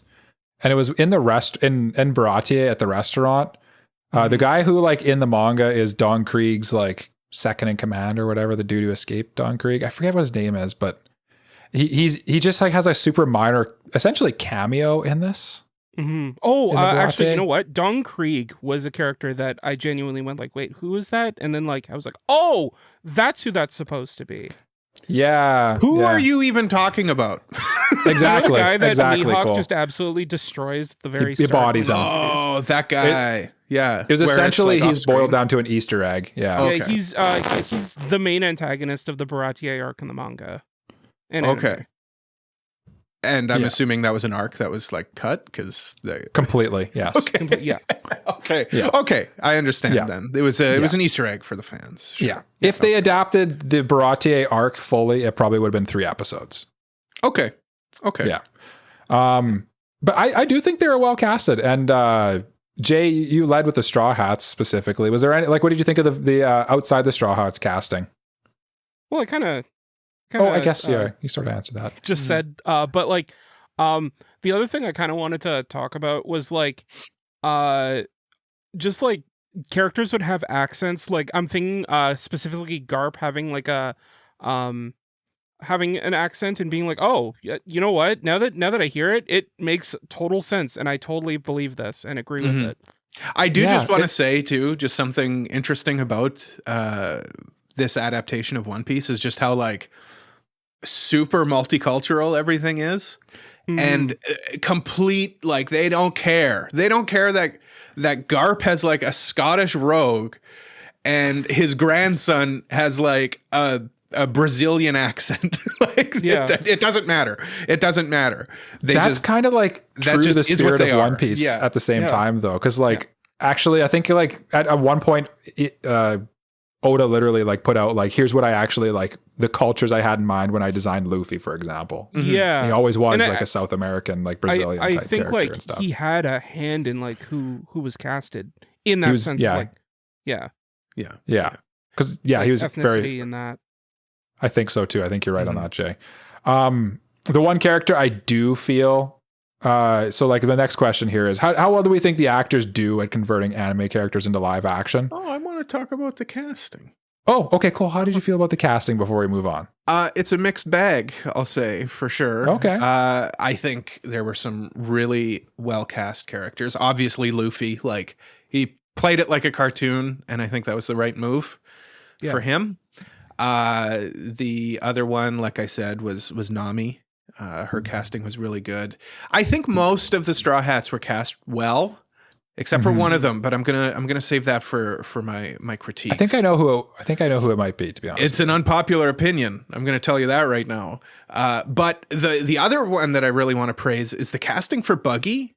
Great. That was the one I thought transcended the anime, honestly. Buggy transcended the anime in this one. He is great. He could have played that. Yeah. Like, I think he balanced the line between creepy and goofy really well. And it kind of made me forget that he's this outrageous looking clown. Like, he did a good job. I see Buggy initially, and I'm like, that is the stupidest looking character in the world. But it worked. He shout out Jeff Ward, just to be clear. Yes, just to be clear, that's the guy's name. Yeah. The casting for Garp I enjoyed as well. I thought he was menacing, but also like he had that kind of other side to him where he's kind of in that gray area. Did you know Garp's relation to Luffy before it was revealed? I think I knew that. Yeah, I think I've seen that somewhere. Now, if I can be controversial, please do. I think Zoro's casting. I don't know if his casting was wrong because I don't know the character that well. I thought I didn't like his acting style, I guess. Was he too flat for you? He was too overacting, but still flat. Like it was like he was acting like a badass. Like it came off to me like he was like, I got to be the coolest guy. And it just felt very actory to me, where everyone else felt pretty organic. He felt... Okay. I think that's pretty apt too, because like, I think of the people in this, he is the most seasoned actor from what I can tell. Like he is he has the biggest resume of everyone in this from what I can tell. Well, then I would expect better acting from him. Like everyone else was kind of lost in their character, you know, like Luffy was great. Nami was great. I liked Usopp. He was a lot of fun. Sanji was even good. I liked him. Everyone felt like they were embodying a character where he felt like he was playing a character. An actor playing a character? Exactly. Yeah, exactly. Okay. Yeah. I don't know that I agree with you on that, but I do think like his performance is a little drier, and he was trying to be cool, but like that's kind of how Zoro is. I know, so like I get like that early on Zoro. Yeah, he's very like edgy and like very cold kind of. He gets like Zoro. He gets goofier as it goes on. More like joyous and like more animated as One Piece goes, but like early One Piece, Zoro's like just very straight. He's your samurai swordsman badass. Yeah. Oh, another good one is Arlong. I thought he was very menacing and creepy. Oh, that's another guy. That's another character. I was actually like, wait, is that supposed to be Arlong? And then he said like, I am Arlong, and I'm like, oh, because like in the manga and anime, he's super tall. And like this isn't a fault of the actor at all. It's just like in the manga and anime, he's super tall. So I was like, wait, is that supposed to be? Okay. Oh yeah, okay, gotcha. Yeah, he was imposing then in a different way. I thought he was still like a very like imposing figure who was dangerous. Yeah, but I thought that was good. That's like I thought the casting in this was quite good. Sometimes the acting was a little not great, I'd say. I think you got to watch them learn a little bit how to act a little bit as it went on. And I think that they did a pretty good job of like making the characters. They took, and Jay, I'm curious, Cole, you're gonna have no way to comment on this, honestly, but I feel like what they did with the characters here is they really did a good job of taking these over the top caricatures that are anime characters and like basically distilling down the essence of them as a character and turning that into a human being. I think that's probably one of the shining like examples of why the cast works. Is like, for example, Luffy could have easily been if he was just literally Luffy from the anime and manga, he would have been the most annoying character to see on the screen, and it'd be so cringy and awful. But by kind of making him like a little like more subtle, maybe a little more intelligent seeming, like less goofy, I think that it like kind of makes it more, I think, watchable. I think both Luffy specifically, both the acting and the writing itself kind of do that. Because like I started to feel more of a human connection to Luffy when they're at the like buggy circus and he's in that vat of seawater, and they're Buggy and Luffy are having that dialogue, or I guess monologue. And you're seeing like his backstory, and which in the manga and anime is like that's just the prologue to the story. But like it's just recontextualized in a way where you get to see where Luffy's coming from and why he wants to become king of the pirates in a certain way. And it felt like, because it was contextualized in a way where it was meant to humiliate him rather than like just an origin. It felt more like sympathetic. I guess. Yeah. Okay. Yeah. I think that's like I think we're gonna. Oh no, we kind of touched on it a little bit. The adaptation style of it, right? Like you said, the manga is a bit more linear, right? It tells the story in order. Yeah. Where this it utilizes flashbacks a bit more, which for me, yes and no. For the layman like me, I think it helped, because if they had to do that chronologically as it is in the manga more, I don't think I'd care for that at all. I would say the original has it's a product of its time in the beginning, where it's like you could do a very long and drawn out weekly style adventure, whereas this is very like modern. Netflix it works polished. different in manga as well. Like I'm just saying, as a television show, I don't think it would have been as I agree with you. I agree with you. And I guess the last one before we move on to the production visuals is just based purely, I'm curious, I think, Jay, you're an Usopp guy, if I'm not mistaken. Normally, yeah. Of naturally. The Straw Hats we have met, Usopp is my favorite. Yeah, and I'm a Luffy guy, and Cole, you're a nobody guy. Because I'm curious, let's just base it solely on the live action. If you didn't know One Piece existed before this, Cole didn't, apparently. Who would have been your favorite? Who's your favorite Straw Hat based on the live action? Live action solely. Cole. Nami. I think her whole arc is the most engaging. She seems like the most like human, which okay. The whole point of this is like Luffy's right for being kind of this naive person, but like in the real world, like I feel like Nami is a more grounded character. So I just I feel like Nami was probably the person I identified the most with and sympathized the most with. it kind of makes sense too, because this is sort of Nami's arc, honestly, is the East Blue stuff. Like, and when you talk to One Piece fans, a lot of them will say, if like basically once you get to like that Arlong Park, if you're not into One Piece at that point, you're fine. You can drop it safely. Like that's I feel like if you get to that point and you're not feeling anything, One Piece isn't for you. Yeah, I agree with that. And Jay, who would you say is your favorite based solely on the live action? So it's hard because like a lot of my favorite live action characters' moments come from the fact that like they did something a little bit different from what the character does in the manga or anime, and I appreciate the change. And that's Sanji. I love that Sanji is not like treated kind of like a woman crazed pervert, but more like just a flirt. Yeah. They really made Sanji less creepy, honestly. Yeah. They really did. Yeah, Sanji's cool in this. Yeah.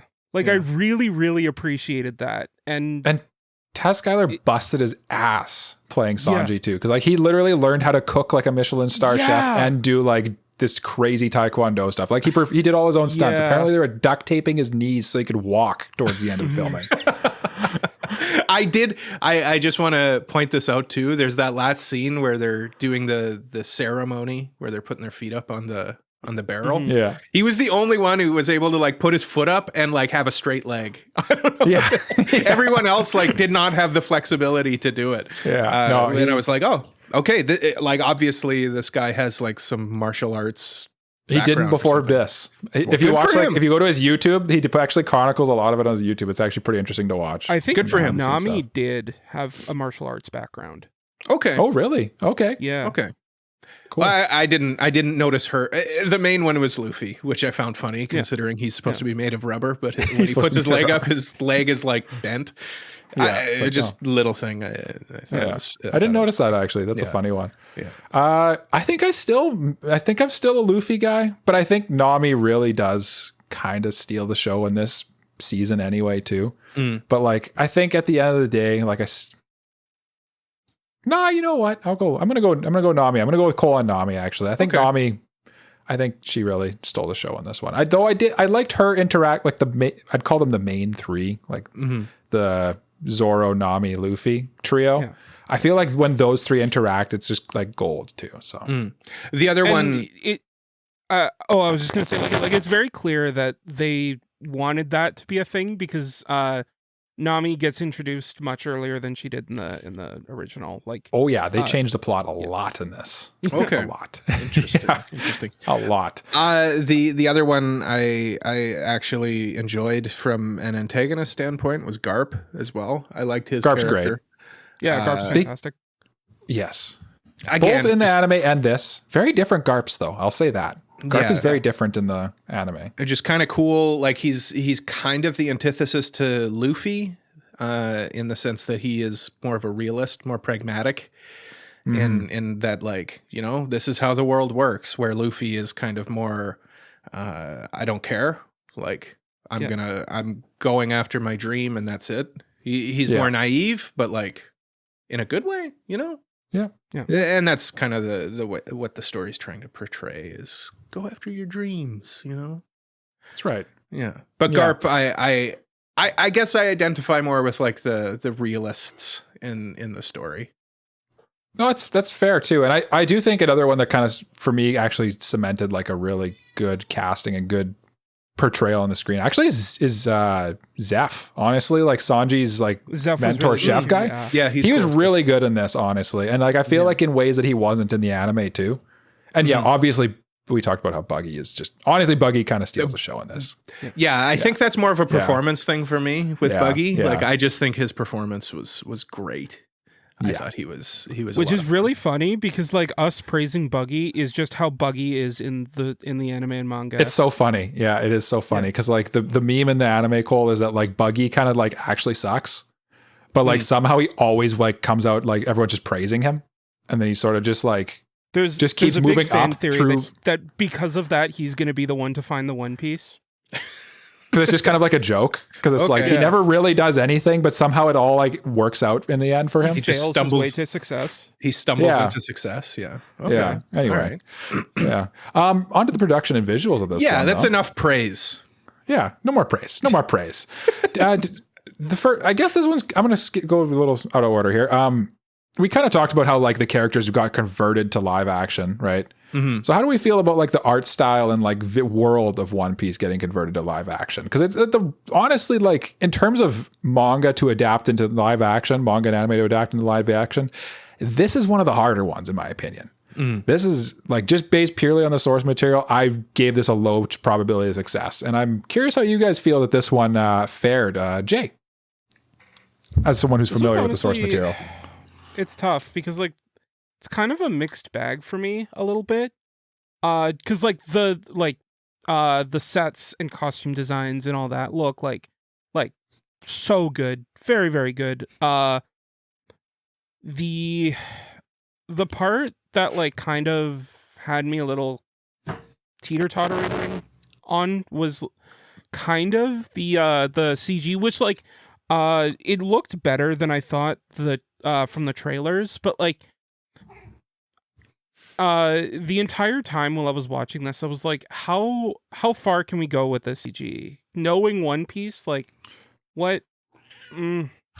Yeah. I kind of felt the same. Like, I think that's its biggest weakness is honestly it's CG. I'd agree. I was surprised for like considering how huge the budget was, but I think a lot of the budget went into the budget went to sets for sure.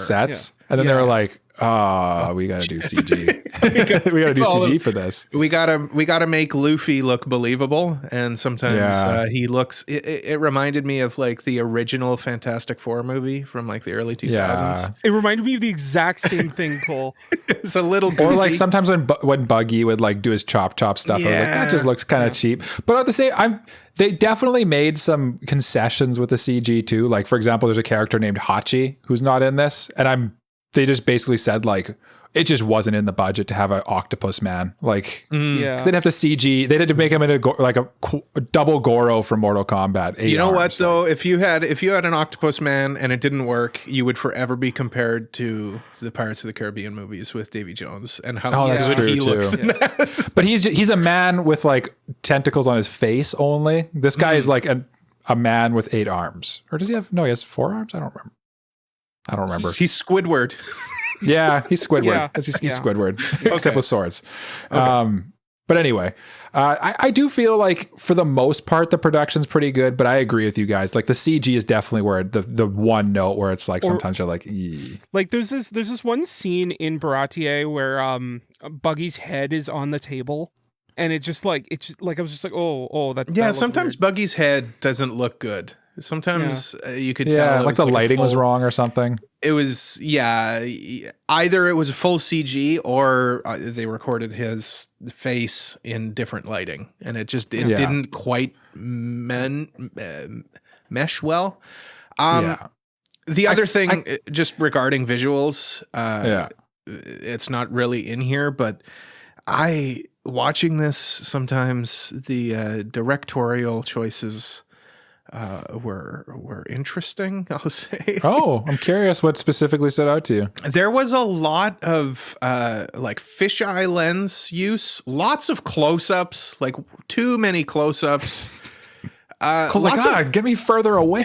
Get me further away. Like I want to see more of the background. And there was a lot of the character would be in focus and everything behind them would be like horribly out of focus, which was a choice that was clearly made because it happens a lot. And that was, here's like my first big critique. This is one of the ugliest shows I've ever watched. It was sometimes painful visually to watch. I would half agree with you. Like sometimes while I was watching, like I'd be like, some of these directorial choices I'm not too terribly sure about. Sometimes I'd be like, this is fine. But my thing is like you guys spent all of this money on great great sets. I wish I could see them. I wish I could see them more often. And that's fair. Yeah. I wish that you guys would position shots more so that I could take in more empty space. Empty space is okay. Yeah. Like empty space, if you're in a good set, is fine. I don't need to be up Luffy's nostrils. I don't need that. Like there was one part specifically where I was like they're holding on a shot, a character is lying down and another character is talking, and I thought that like the shot was positioned in a way where like the only way you would find out that they were okay is they sat up and like sat up into frame. But no, they don't do that. They just do. Yeah, I did find that one odd. ADR. Yeah. It's interesting. Also, just this one editing scene where it's supposed to be the characters are having like a lighthearted laugh. You know, somebody says something and then it cuts between the characters laughing. It was edited like a horror thing. What? A character said something and then it would cut to the other characters laughing, but they were at like these weird angles. It would be like something you would watch where like someone's going crazy and they think everybody's laughing at them. I thought I was going crazy. Maybe you are. Maybe I was. I think it was when they were in the bar on the what's the restaurant called? Baratier? In Baratier. They were in the bar there, and I don't know if maybe they were like portraying because Nami was like having doubts about stuff. Maybe that's kind of what they were going for. But it felt sometimes it cut to characters laughing, and it just I don't know. It didn't feel feel good. I did feel like some of the like the scenes where like Luffy's like yelling into the void while raising his hands in the sky. I was like, that's a bit awkward, isn't it? The fate. Like I know this one about Nami asking for help. Yeah. They did that one kind of. They did that one kind of cringy a little bit, if I'm honest. Yeah. I think if Luffy just because what did he say? Like, of course we'll help you. Of course, and then he says it again. And then he says it a third time, but like he raises his arms up and yells it, which maybe works in manga, but like live action, it's like it doesn't feel like something a human would do. He only needed to say it once. He only needed to say, "Of course, we'll help you." So in the manga, it took me out of it. He just does the third, "Of course I will," with his arms up in the air. Yeah, which maybe works in manga because it's a cartoon, right? It's a manga. I think the anime does that scene best. Because they like he says, of course I'll help you, and then they like do this cool like strut off to Arlong Park with the music. Yeah.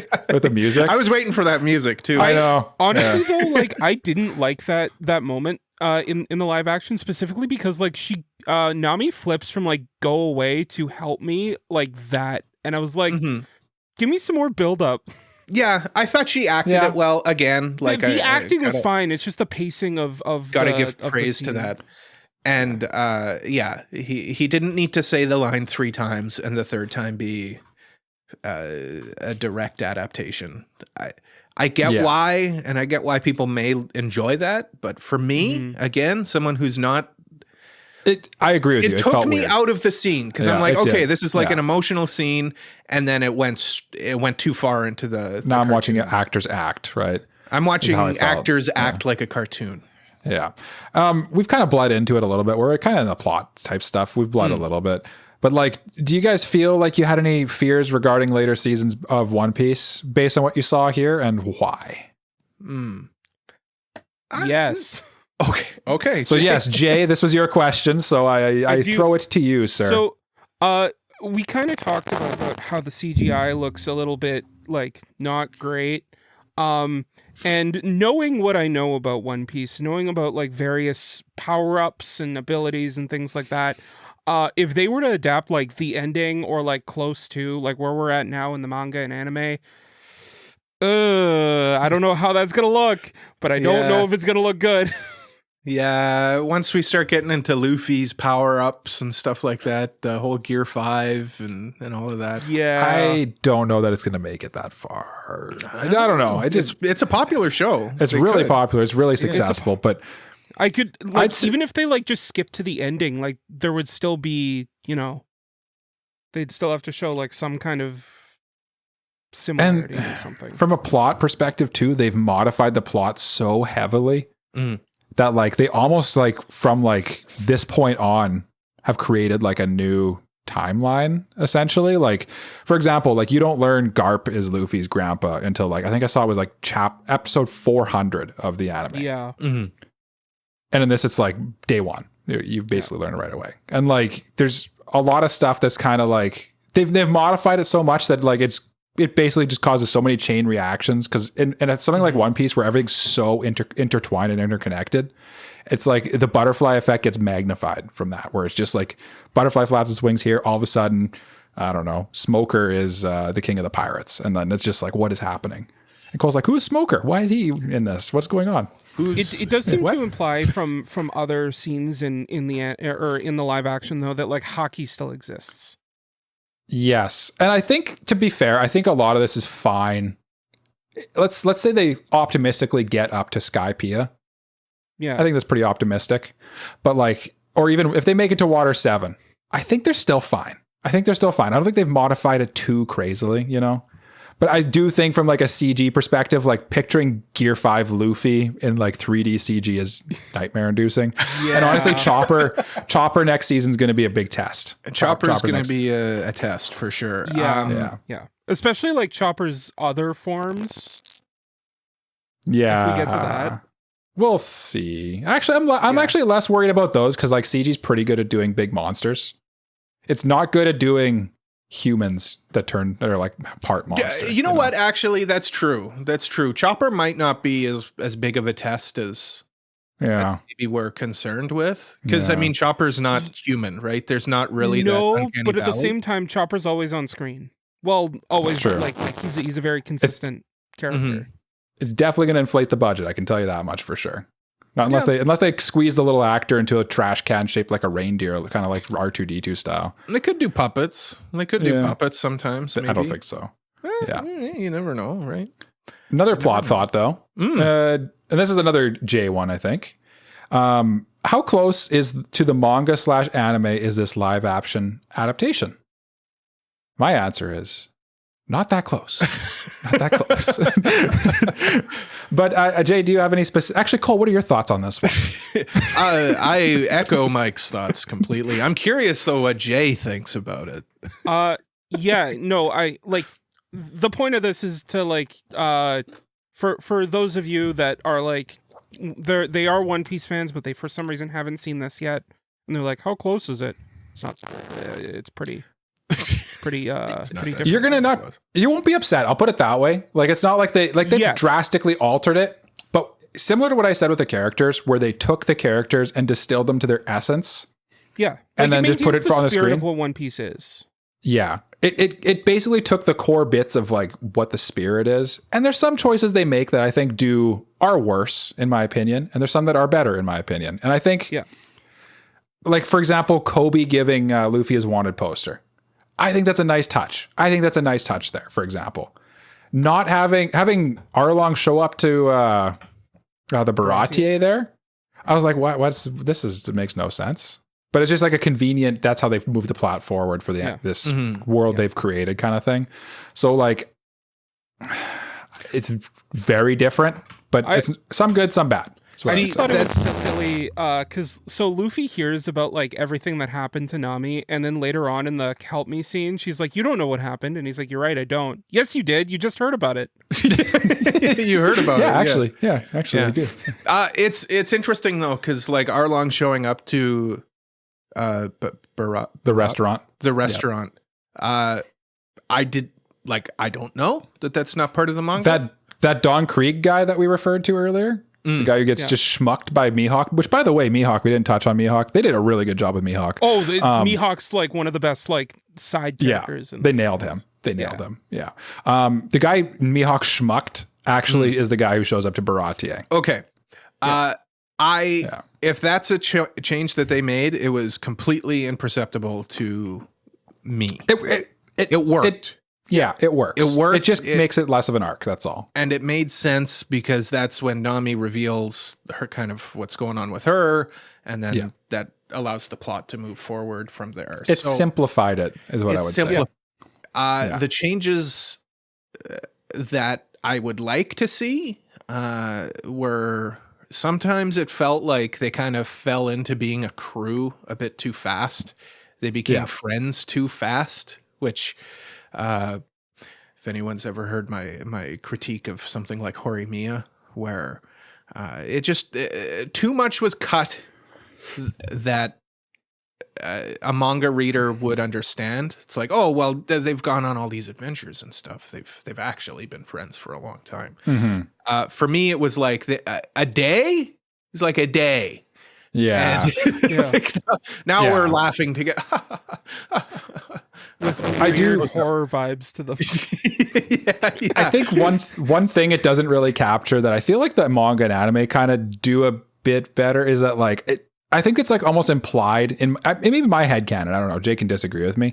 I think it's kind of implied that they sort of like spend a lot of time together on the ship between these adventures. Mm-hmm. Yeah. And they cut out a lot of the between the ship stuff with this live action. And I feel like that would have helped you, you know? It would have, yeah, for sure. That's also a problem with something like Star Wars. The universe in Star Wars feels small, and in this case, the sea feels pretty small. Everything because they're never in the sea. Yeah, everything feels pretty close. Like I would assume they were in the fog for a long time, but it on screen it didn't feel like maybe an hour. Yeah, but it made it like a quicker, easier watch. It made it a watch, right? But sometimes it makes the character dynamics feel a bit forced. That was kind of my big complaint about like the plot. It feels just in general, like it feels like they sterilize the plot a bit too much, which like for a non One Piece enjoyer wanting to see what's up with One Piece, that's fine. And it gets your foot in the door. Mm-hmm. But at the same time, like being a even just like a casual fan of One Piece, I felt like I prefer the original. It's interesting because I kind of come at it from the opposite, where like I feel like they made those choices knowing that One Piece fans kind of know what's happening and understand understand that Zoro is Luffy's first mate. Yeah. Where like it's not even they kind of just funny drop though. Like, it on that's me. That's kind of something that they never really like say in One Piece. It's kind of more just implied. Right. One big thing with One Piece or Luffy's crew specifically is that like they kind of actually aren't really an official like even like the people he recruits later and like the other pirate crews that he recruits kind of like they're only held together by literally the power of friendship. They're not really like an official like other people have like you're my first mate. There's no like rank and file order in the Straw Hats. Well, that's like, fine. Luffy doesn't really like treat them like beneath him, right? Yeah, they're all kind of equals. But the show, yes, the live action show doesn't even really make it seem like they're friends. Like, why it doesn't give you enough time. Why is Zoro his first mate? Because he's the first one he got. But was he like in the show? Like Nami was kind of like you know. Yeah. you guys know this because you guys read the manga. Like Zoro's the first mate because in the manga he was the one that Luffy met first. Because in the manga he's the first mate. Because his role in the manga isn't even first mate; it's swordsman. Right. Yeah. Right. Did he not meet Zoro first? Was that not the first guy? Or did he meet? Well, he met Zoro first. Both at the same time at the bar. Yeah. Yeah. Well, I'm thinking of when they're in the fort, right? They're in the fort. Doesn't he? He meets Zoro. He frees him. No, he does meet Zoro first, and then he says, "You're the guy at the bar." Yeah. And then he asks him to join the crew, and then Zoro says no, and then he goes away, and then meets Nami in the other place. Right. Yeah, there's having some like cognitive dissonance there. Yeah. Nami and him are kind of like having a little adventure in the fort, and they're fighting the Marines. Yeah. And then Zoro was going to leave. So like to me, like Nami was kind of Nami's the first mate. They're honestly kind of all. I know. Yeah. But she can't be the first mate because she's the navigator. Right. Of course. There you go. Naturally. Just I feel like things like that is what I feel like that's my biggest critique too, though, honestly, is I feel like the CG looks kind of wacky sometimes, like we said. and then B, because it's paced at such like a much quicker pace, you kind of lose a bit of like the friends you made along the way, I guess is the way I'd put it. Like you just, you lose a bit of the joy in the small moments. Yeah. It feels like they're friends because they're friends because we're told they're friends. Yeah. Because they are in the manga, and that's just how it is. And I think for a lot of people, like you said, Cole, I think a lot of people are familiar enough that they sort of already knew that. Yeah. You know? Yeah. Yeah. Which is kind of why I think like this was almost made for people who know One Piece.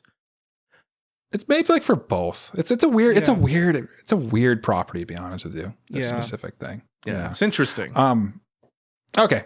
Let's move into our other thoughts before we wrap this bad boy up. Hey, what do you say? Some quick ones here though. Number one, and I swear this is not paid for by Netflix. Are you guys going to drop or check out season 2 when it drops on Netflix on March 10th? Cole, specifically, I'm most interested in you, to be honest with you. I'm curious for sure. I don't know because maybe I'll check out an episode. The character in One Piece is introduced in season 2, so I mean, Nico Robin, worst character, Robin, yeah. Nico Robin, best. Oh, is they're gonna love Robin. The best. Oh no! Let me just say, people are thirsting over her casting, and I get it. Nico Robin's the best, just period. She's great. Well, Cole, if it makes you feel any better, I thought Nami was really cute. So I mean, like, obviously, of course. Yeah. Maybe I'll check out an episode, and if it's as ugly as this season was, then season 2.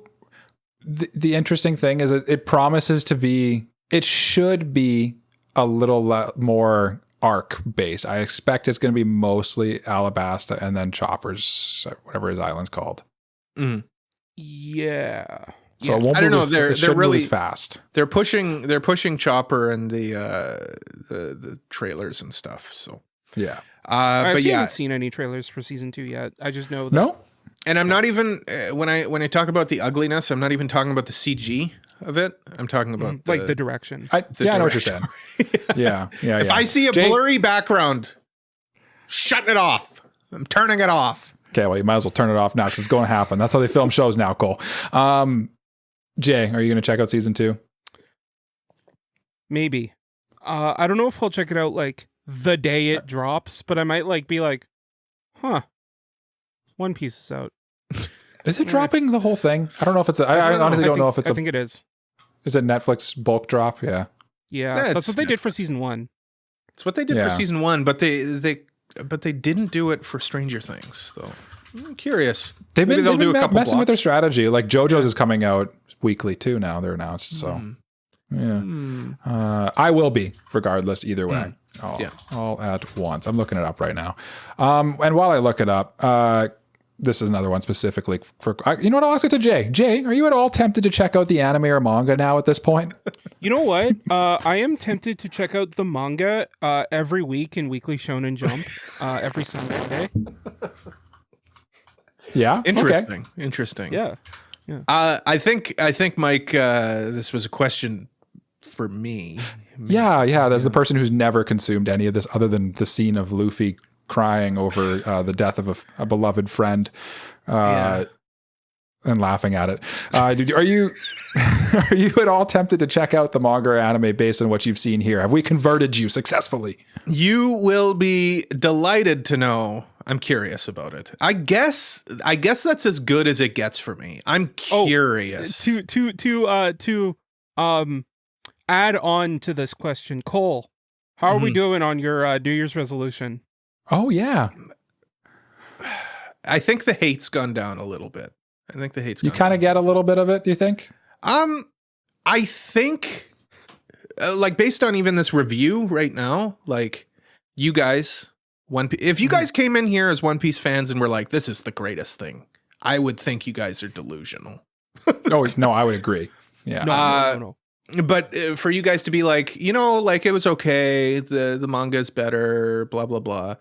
I'm curious because like I have a very complicated, and we'll talk about this in our final thoughts. Like I have a very complicated thoughts about this one. Like I didn't hate it. I didn't love it, but I didn't hate it. So if the manga's better than this, then maybe I'll get something out of it. I would say it's like universally agreed upon that the manga is the best form of One Piece, to be clear, because the pacing of the anime gets real wonky real quick. And this is coming from an anime supremacist. Yes. Yeah. Yes. Yeah. So the answer is maybe. Yeah. to all of those questions. It's fair. Cool. It's fair. Maybe. It's made me want to start reading the manga, to be honest with you. When I was watching and I was watching. To the both of you then. Oh. One Piece has, I think, like the first 100 something chapters for free right now on the Shonen Jump app. You know what? Also though? not paid for by Shonen Jump. You know what though? If I were to read the manga, But I wish I was. We wish we were. We wish we were. If I were to take read the the manga, and this may be blasphemous, but I think I would just read it from where the season ends. That's very difficult to do. I wouldn't recommend that either. I'll figure it out. I don't want to read what I've already watched. I don't care. You didn't watch what you've already read, or you wouldn't. You didn't watch. It's changed enough. Okay. Yeah, you didn't watch what the manga is written. I'm out. This is the problem with One Piece fans, guys. This is the problem. And with that, we move into our final thoughts and ratings. Cole, you know what? Since you were already on the mic, you go first. Oh, I thought. Well, this was my recommendation. Oh yeah. Well, it's too late. I already said it. So okay. You know what? I'm just gonna go right down the middle. I'll say consider it. I thought I would hate this more than I did.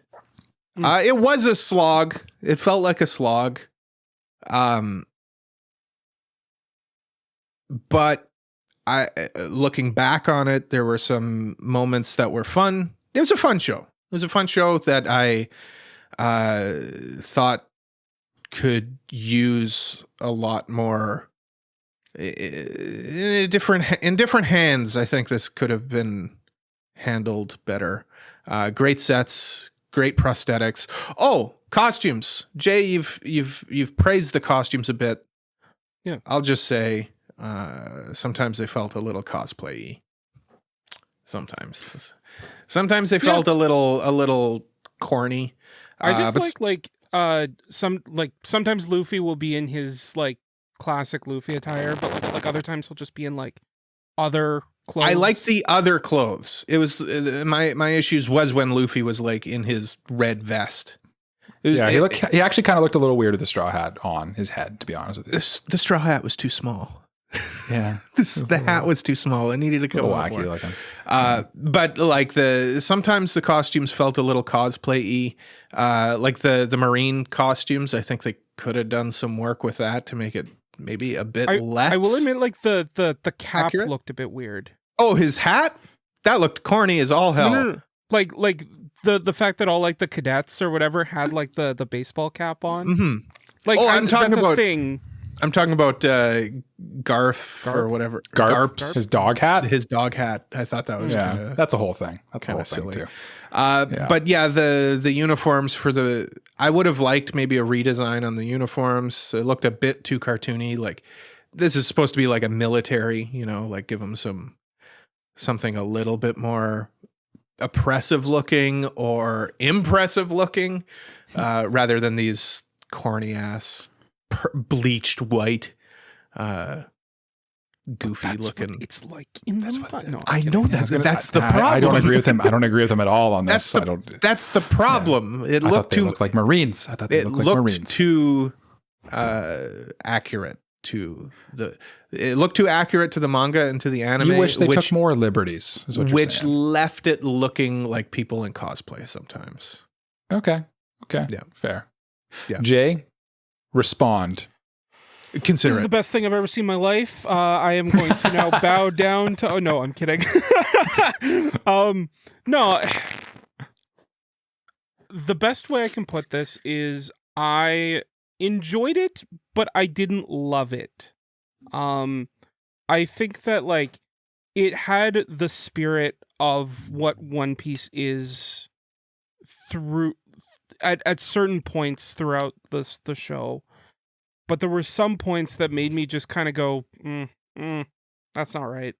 That's not right. I feel like specifically the Nami help me scene, which is like one of the most iconic scenes in One Piece, wasn't done justice here, and I was very upset. Zoro didn't get lost half as this is a joke.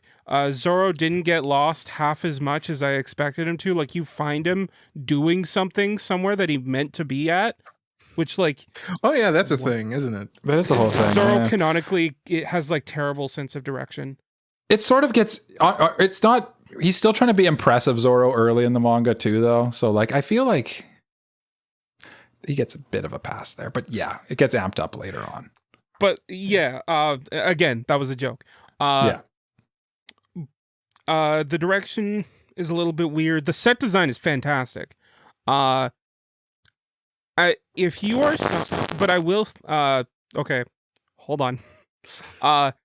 The plot was a bit too sterilized for me to the point where like I couldn't really get into it. But I feel like if you are someone who like has never even touched an anime before, but you have like that friend at the office that like is like, yeah, I love One Piece, you should check it out.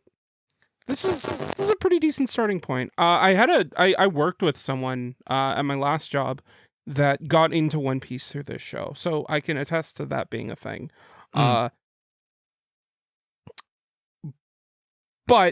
if you are a huge One Piece fan, I don't know if it's like up to the same level of what the anime or manga are. So with all that in mind, I would say you, dear listener, depending on who you are, should consider watching it. Well said. Very good. Very well good. Said. I well agree. Said. I agree with everything Jay said. Well, at this point, maybe not. It's my turn, and I do think we've said a lot of things for sure, and I do think, and all of it was wrong. Let me tell you why. All of it was dead wrong. This was the greatest piece of television. Yeah, this is the best thing ever put on screen. No, I was. You know what? Like Cole said, I think you'd be Kagurabachi. If you came out here and said this was the greatest piece of cinema ever filmed, you'd look like a delusional idiot. Oh, like a correct one. I don't. It's just clearly not. There's clear flaws with it. Whether you're a manga purist or whether an anime purist or whether you're someone who's never consumed either of them, there's flaws. There's definite flaws in this execution. I do think what its purpose in my mind was for. It was for to be like a neat little thing for the people who love One Piece to also enjoy. And also a neat little jumping on point and like gateway drug for people who don't know what it's about to get a taste and say, that seems pretty tasty. If only there was like a more I could enjoy of this. And then they go and buy the manga, and then they're just in love with One Piece. Next thing you know, and then they've fallen down the rabbit hole. Also on Netflix. Because that's what happens with One Piece is you watch a little bit and the next thing you know, you're one of us, Cole. You're one of us. We next week, Cole's going to be like, I read everything. I'm all caught up. This is how it happens. This is how it happens. This is the scary part about One Piece. I don't want to be that person. But you are now. You're already on the path. You've had your first taste of the drug. You don't have to be that person. You can just like One Piece and enjoy your life without being obnoxious about it.